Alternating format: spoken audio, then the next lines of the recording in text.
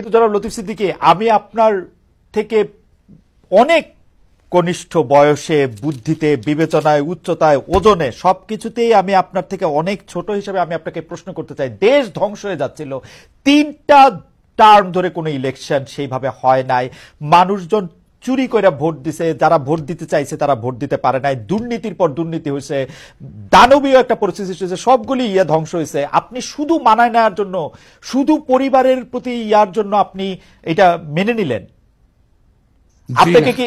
হ্যাঁ, জি না জনাব, জি জি না। আমি ভবিষ্যৎ চিন্তায় আমি এটা মেনে নিয়েছি। এখনো আমি কিন্তু অনেক কিছু মেনে নিচ্ছি। আপনার কে বলি, আপনি এই 2024-এর বাজেট অধিবেশনে আমার বক্তৃতা শুনবেন। সেখানে আমি স্পষ্ট করে বলেছি যে অনেকেই বলেন আমি শেখ হাসিনার সমালোচনা, আওয়ামী লীগের সমালোচনা করার পরও শেষ পর্যন্ত আমি শেখ হাসিনার পক্ষ অবলম্বন করি। আমি বলেছি হ্যাঁ করি, কারণ আমি দেখতে পাচ্ছি শেখ হাসিনার পরে বাংলাদেশে পরিণতি কি হবে, বাংলাদেশে কে নেতৃত্ব দেবে। 5ই আগস্ট নয়, আমি জুন মাসের শেষ দিক থেকে এই বৈষম্য বিরোধী আন্দোলনকে, কোটা বিরোধী আন্দোলনকে আমি সমর্থন করেছি। কিন্তু আমি কিন্তু বুঝেছি যে কি হবে।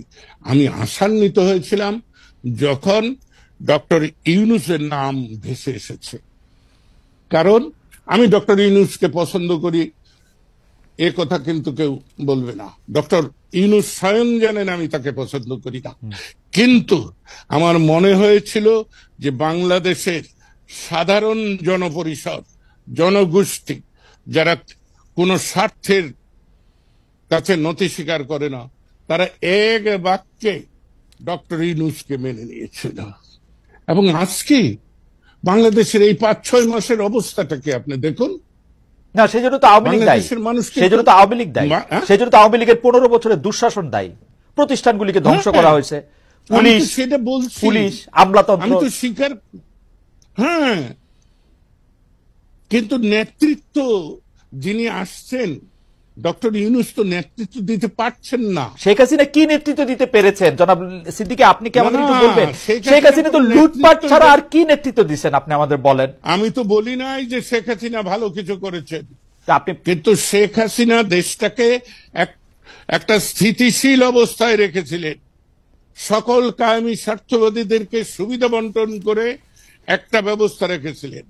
এইখানেই তো আমার প্রশ্ন, যে 5ই আগস্টকে যারা বলেন বিপ্লব, অভ্যুত্থান, আমি বলি না, এটা বিস্ফোরণ।